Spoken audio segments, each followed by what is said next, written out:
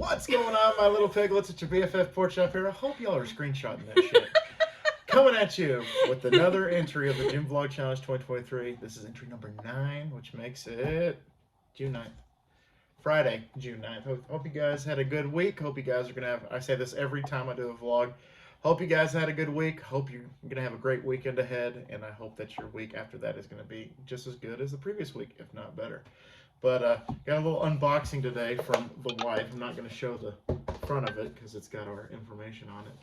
And I don't want to be doxxed on my own YouTube channel. Been watching a lot of stuff like that today about doxing and stuff like that.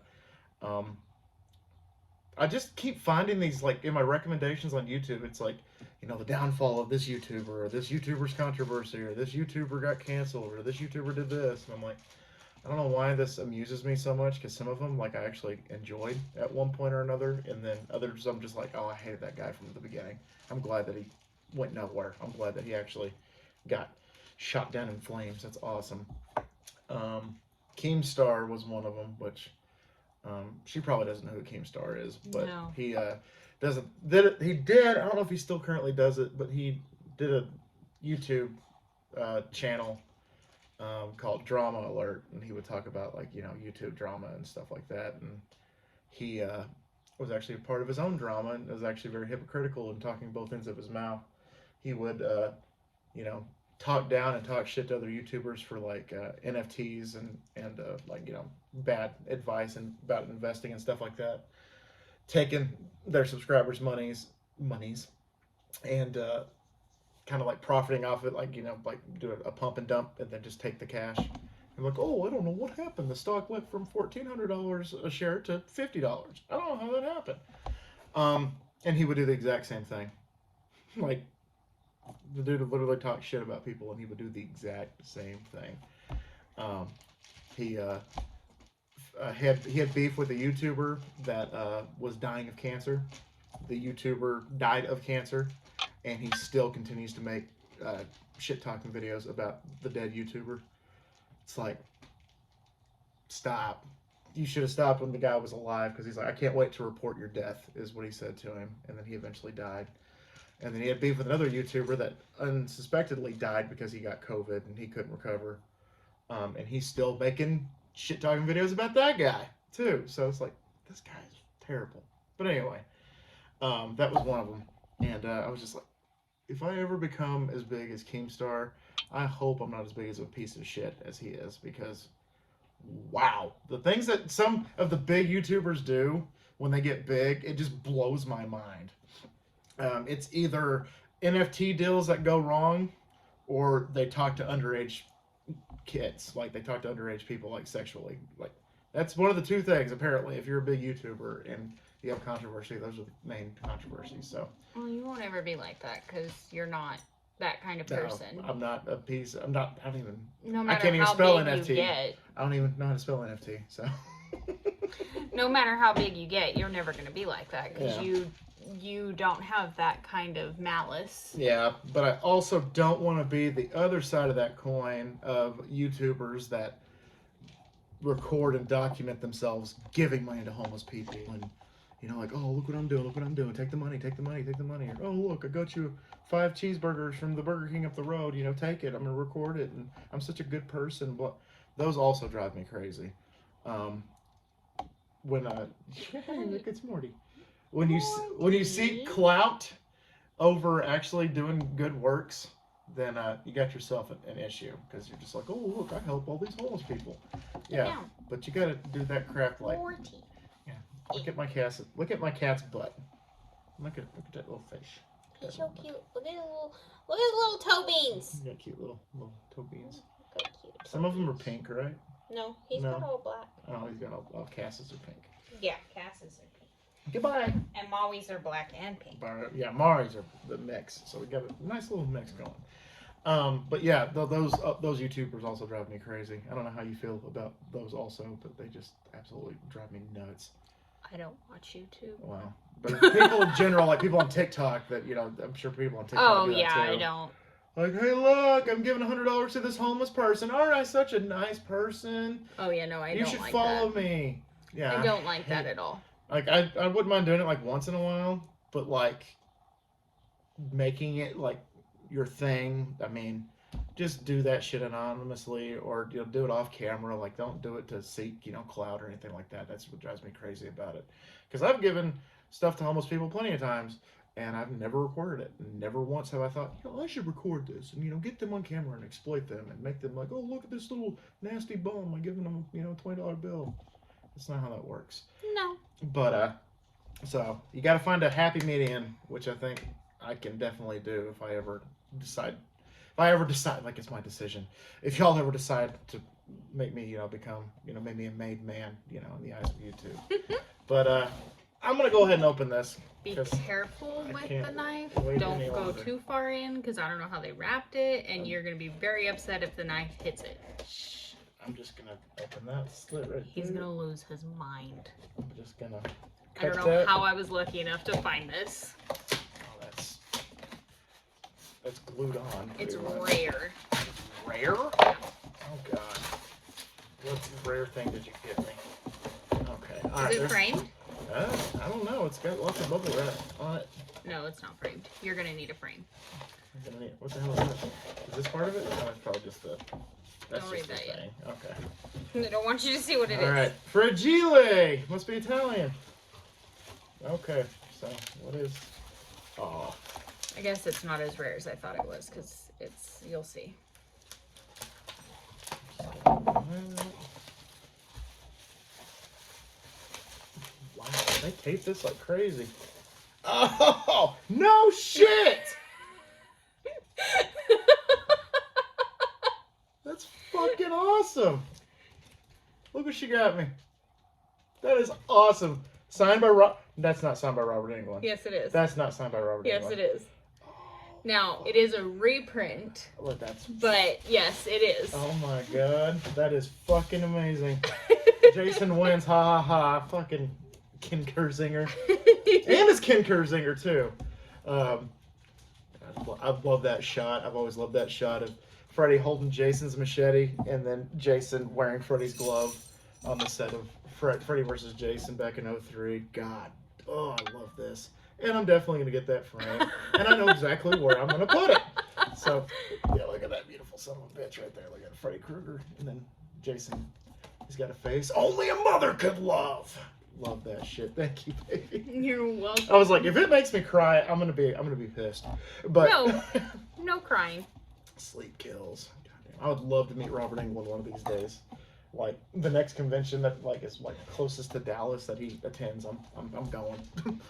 That's one of my bucket list items, and he just turned 75 years old, so the clock is ticking on the Dream Master. So God, that's incredible. So, speaking of movies, I wish I could like prop it up the whole time and just leave it here, but I can't. It doesn't stay up. But I'm gonna definitely put that like under lock and key until I get a frame for it. I gotta measure it too and everything. Today's movie challenge was, what is your favorite scene from a movie? Now, I gotta preface that with, I have too many favorite scenes from movies. I have too many favorite movies in general. This being one of them, the last 8 minutes of Freddy vs. Jason, holy shit. That is a good fight scene. The one I picked was from Endgame, where Captain America finally says, Avengers Assemble. And it's freaking everybody. Spider-Man, really cool. Guardians, you got freaking Hulk, you got everybody, and it's just like, all this build-up, man. It's just, it took over a decade to get there, but we got there, and it was a huge payoff. Because most things like, you know, building a universe, they don't have a payoff. Like, the end of Freddy vs. Jason, Freddy winks at the camera, but that's the last thing we see, unless you read the comic books, which I haven't read, but I heard they're fantastic. You know, you get a bunch of scenes that go nowhere, like the teasing of the Sinister Six for Amazing Spider-Man 2. Never happened. Or just a bunch of other things that just had no payoff whatsoever. So I'm glad that it had that payoff, and that's probably one of my favorite scenes from a movie. Do you have a favorite scene from a movie? Just in general? Uh-huh. What's your favorite? Molly Weasley. Which part? When she confronts Bellatrix. Oh, yeah. And says, "Not my daughter, you bitch!" And raises her wand, because I am Molly Weasley. Yeah. Especially after losing one of the twins, especially. I would have been like, yeah. I don't remember, some of you Potterheads may be able to remind me.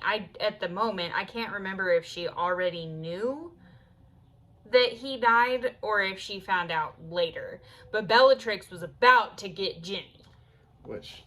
And Molly stepped in. No Ginny, no Potter baby. So I guess that kind of worked out for and the then plot. no cursed child. No cursed child. Very interested to see where they go with the remake that they're going to do for Max. I have feelings about it. I have feelings too about a lot of things, and so I'm just like, when they announce stuff, I'm like... But being the Potterhead that I am, I'm really nervous about it because... First of all, I don't feel like it's been long enough for them to be remaking it. There's too many things that are still fresh. And also just with losing so many of the big faces in the franchise, I just don't know how they're going to pull it off, because having anybody other than Robbie Coltrane as Hagrid is like sacrilegious to me. I can't even fathom a Hagrid that's not Robbie Coltrane.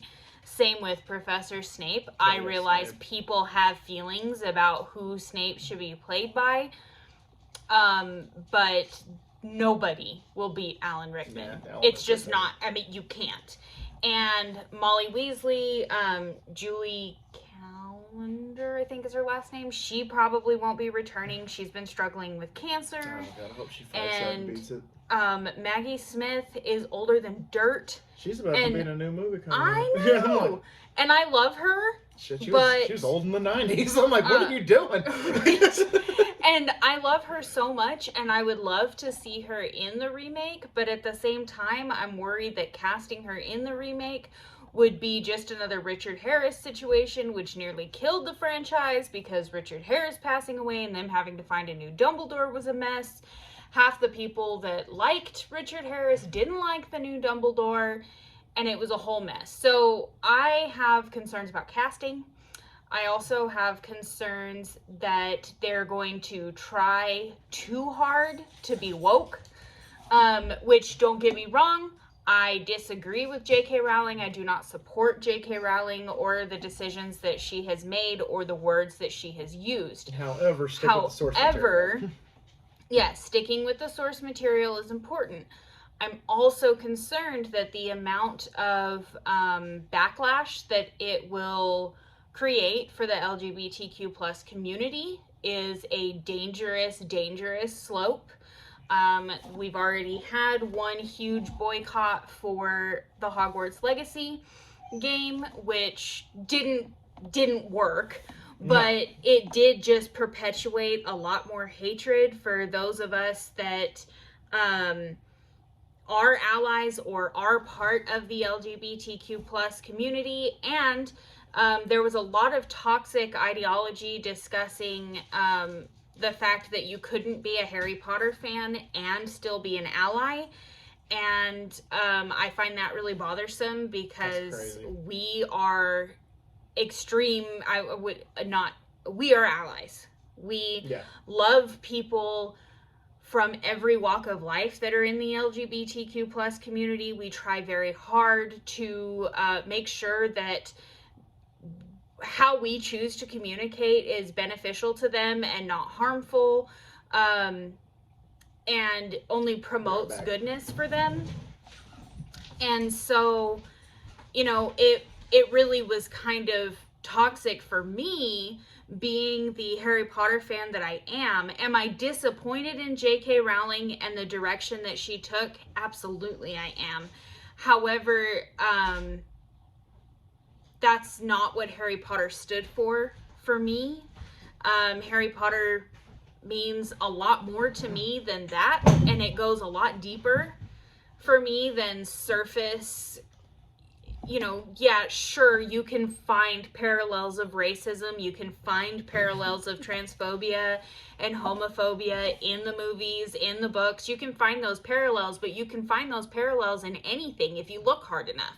Goblins are Jews. And I, have never really vocalized those opinions publicly because I'm afraid of the backlash that I will receive, and I'm also afraid of hurting the feelings of the people whom I love that are part of the LGBTQ plus community, because there are members in the community that I love deeply. And if somebody were to hurt them, I would lose my mind. In fact, the woman that is the reason that Colin and I are together, her wife has been deeply hurt by things like this. And I can't handle Kaylee feeling as though I don't support her. Right. Because now I think she knows me well enough, considering the fact she's known me for almost 10 years. I think she knows me well enough to know that if she has a problem with the way I'm communicating, or she has a problem with something that I've said, she can approach me about it. And she also knows that I'm not going to be a jerk. But,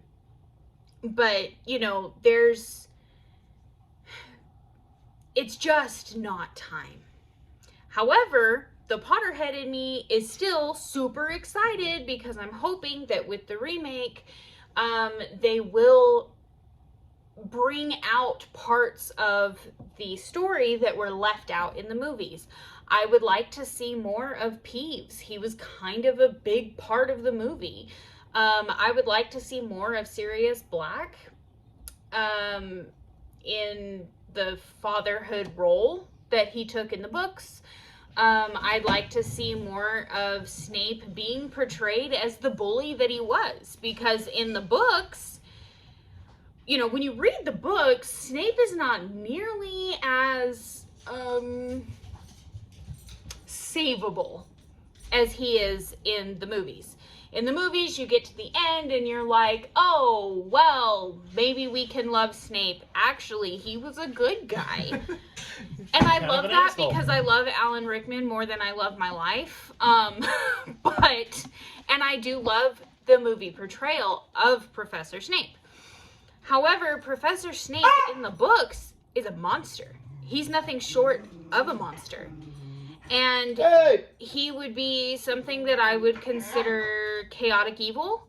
So that he, totes that line and goes back and forth. He's also a narcissist. I mean, everything he does is for the benefit of him and for his feelings. And so, you never should have brought up Harry Potter, because I'm going to keep talking about it if I don't force myself to stop. So I'm done. If you have questions about Harry Potter, I'll answer them throughout the month, because I can talk about Harry Potter for 2 hours. So. Just hijack the vlog like shit. You're the one that brought up Harry Potter. No, I asked you if you had a favorite scene. I wasn't expecting Harry Potter. And then you just kept fucking going. So I didn't want to stop you, because once that train gets on the tracks, you just wait till the next station. And hi, at the next station, concessions are on the right and the bathrooms are on the left. Or there's a bathroom on the right if you've listened to Bad Moon Rising. But anyway. He knows me. just let her do her thing. I had to let the dogs out because Ami looked like she was crowning. She just made this face like I really gotta go. Could you fucking let me out? So that's why I got up and let them out. So I let them back in. So they're good. So hopefully they got all their peas and poops out, all that stuff. But no, going back to the whole movie thing. I just, in my opinion on the Harry Potter thing, I think it's a little too soon. It's like when we had 3 different renditions of Spider-Man within a 15-year span or something like that. Because I think Tobey Maguire's Spider-Man 3 was released in 06, 05, 06. And then 2011, I think, is when we got the Amazing Spider-Man. And then by 2015, 2016, we had Tom Holland's. So it's just whew, that's a turnaround. That's a big turnaround right there. And so, that's kind of how I feel. Of course, they can release one Batman movie a year, and I would not get tired of it. That's just how I am with Batman. Speaking of, I really want to see Flash next week, or the week after. I really want to see Flash, because obviously Michael Keaton's back, and so we're gonna get two Batmans in this movie. We're gonna get Michael Keaton and Ben Affleck, and the rumor is they might actually kill off Affleck's Batman in this one because they're done with him. DC and Warner Brothers kind of switched hands. They're changing hands. So Discovery had no plans of the Snyderverse or anything like that. So they're going to stick with Pattinson's Batman, and that's pretty much it. But if this movie is as successful as I think it's going to be, I would not be surprised if they got Keaton and Tim Burton to come back for one more movie to finish Keaton and Burton's trilogy. Because Burton and Keaton both left technically with Batman Forever. Tim Burton was given a producer's credit, but nobody remembers Burton being on the set at all during the filming of it. They're just like, "Hey man, we're canning your whole Batman universe, so we'll just give you a producer's credit, and best I can do is $5 for some gas. Best I can do is $5 for some gas. That's all I can do." Because Keaton was like, "Well, if Burton's gone, then I'm gone. So you're gonna have to find yourself a new Batman." So that's when Val Kilmer came in, and Joel Schumacher put nipples on the bat suits and ruined it 2 years later. So, anyhow, she can go on a tangent about Harry Potter. I can go on a tangent about Batman. Yours was much shorter than mine. So, oh, I'm just getting warmed up. This can be an hour long. Just kidding. But regardless, keep looking at that fucking amazing. I just love that guy. I love Robert Englund. I love Freddy Krueger. There might be an update with the Nightmare on Elm Street franchise. Robert Englund said that he's done. He's 75 years old. Obviously, he can't keep putting on the hours and hours of makeup, and he always did his own stunts and everything for the most part. And so he said, "I'm too old and thick." I was like, "Damn, boy, he's thick." Because, he's old and he's bloated and he's just oh yeah, so. But my biggest wish list item, if they do make another Nightmare on Elm Street movie, is, unlike the remake, give this man a cameo. Give him a cameo. That's the one thing. I mean, I liked, spoiler alert, because I'm doing a Nightmare on Elm Street retrospective this fall. I like the remake. It gets a lot of flack. It gets a lot of negative attention because it's a cookie cutter, reimagining of Robert Englund and Wes Craven's masterpiece. But I liked it. I just wish they would have at least asked Wes Craven, hey, what do you think? What do you think we should do here? What do you think we should do there? They didn't even consult Wes Craven about it. And Wes Craven, to the day he died, said that hurt him. That hurt him a lot because you're taking his property. He doesn't have the rights to it. He sold his rights after the first movie. But he said he was hurt that he wasn't consulted, at least, for, picking a Freddy Krueger or picking, a certain script or whatever. So, and they didn't even ask Robert Englund for a cameo, and it was just very upsetting. But so it kind of has a little bit of a skid mark in the underwear that is the remake. But regardless, I also want to talk about the TikTok that I did. I did it's a Kiss related one. I was very, very happy with it. It came to me in 5 seconds, and I made the TikTok within a minute. So I love it when I can come up with something like that. I can pick a filter, or I can pick a different, a picture or something, and I can just be like a template, just put it in there and set it and forget it like a crock pot, you know what I mean? So that was good. The last thing I really wanted to talk about today was, I forgot what it was because of all the Harry Potter and the Batman talk and everything. Shit, I had a topic. Oh yeah, my Uber Eats screw up today. It was very interesting. Was gonna do a couple of Uber Eats today. Went to Rose's Cafe, calling you out. Place I used to work at for 2.5 years that only hired me for Taco Tuesday. So, yeah, good on them. If I'm gonna screw up someplace, that's where it's gonna be. But anywho, I got there, and the app wasn't telling me like details. Like they asked for a specific item on the menu, but it didn't verify if the fajitas were supposed to be chicken or steak or both. And I'm like, and then it just said guacamole. It didn't give me a half pint, a pint, a Dixie cup's worth, a pea-sized. It didn't say anything. So I'm like, well, I'll get a half pint. And then I'm like, I probably shouldn't have ordered the half pint. So I was on the phone with customer support for about 10 minutes. And they're like, all right, you have two options. Either one, you could use your own card to complete this order, or you can cancel the order. I said, I'm not paying they were gonna pay for that. I'm not paying for that. No, I know you're gonna reimburse me later, but no, I'm good. I said, cancel it. Unfortunately, it didn't affect my rating, fortunately, so that's good.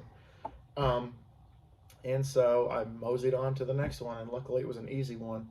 It was Dairy Queen, and then a house over by United Supermarkets on Washington. So it was literally just a straight shot across, and I was done. So made a little bit of money today. Made about $10 for a delivery and a fuck up. So that's not too bad. I'll take $10 for one and a turd instead of a third or fourth of one and a turd. So anyway, one and a turd. One and a turd.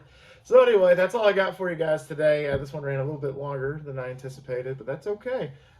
It's my fault. I'm sorry. Just don't talk about Harry Potter. Just kidding. I love it when she talks about Harry Potter. It shows she's passionate about something. Besides, a lot of things. She's passionate about a lot of things. However, it's not flower related. It's not like house related. It's out of that norm, I don't typically allow that passion to show, except for to Colin and a few people, because I'm a people pleaser. I don't like to rock the boat. I'm not. And as extroverted as I seem, I'm one of those extroverted introverts, and I don't actually like to share my opinions with others until I know that they're going to be respected, because I don't like challenge. And now part of that is, this is going to sound really cocky, but part of that problem is I don't want to make you look stupid. Because chances are, if I'm passionate about something, I already done all the research. She's just Ron Swanson. I know more than you. It's what it turns into. The Home Depot employee, can I help you find something? And she's just, I know more than you. Just keeps walking. I didn't say that. No, that's the scene from Parks and Rec. Oh, yeah. He's got his little push cart. Can I help you with something? I know more than you. Okay. And then he just At keeps Home walking. Depot, I do not know more than anybody that is in that room. Yeah. I know more about American Girl dolls than you do, genius. I'm just saying, if I'm passionate about something, I'm a research queen, so I've probably done all the research. And yes, you could probably teach me some things, but if you're going to challenge my opinion on it, you better have scientific proof that yours is better than mine. But I like to listen to other people go off about their passions. According to the Lord, makes me happy.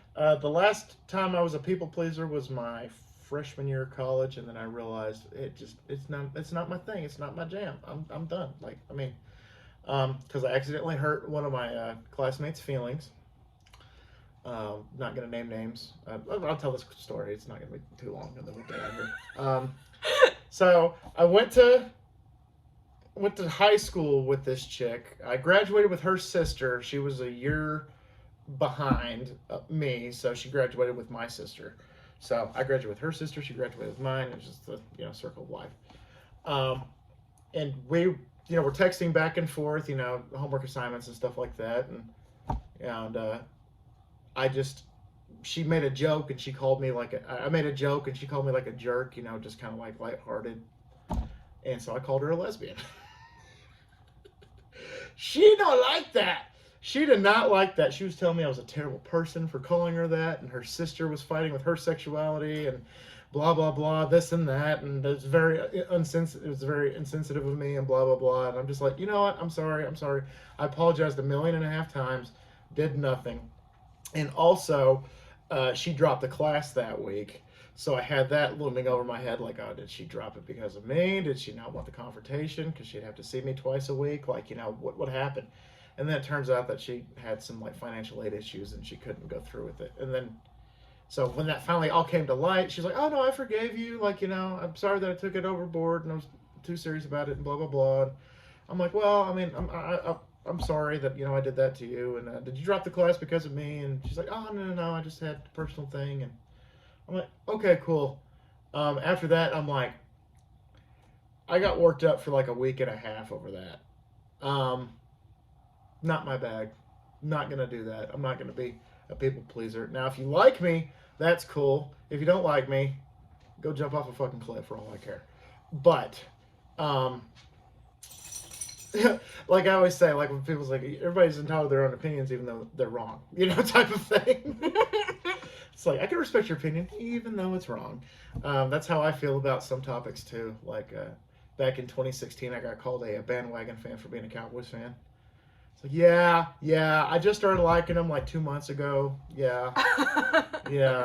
One of the first things he ever told me was silver and blue since 92. But apparently in 2016, I was a bandwagon fan because I rooted for the Cowboys when they were doing good. And like, oh, well, you talk when they do good, but you don't talk when they... I'm like, nah, I do both. I talk shit when they do terrible, and I praise them when they do good. But anyway, all right, half an hour. Also, I didn't even mention San Andreas Part 1 went live today about 2 hours ago. So go watch that after you watch this. That's going to be, I think that's about 45 minutes long. So I got you for a little while today if you want to do that. But all right, guys, I'm going to get out of here. Thank you so much for this. This is freaking awesome. You love it? Really appreciate you. I do love it. And I'm going to get it framed, and I know exactly where I'm going to put it in my office. So, all right, guys, thank y'all so much once again for dropping by. I greatly appreciate y'all. And always remember, my little piglets calling pork chop loves y'all the most. So y'all take it easy, guys, and I'll see y'all next time. Have a good weekend. Bye, guys!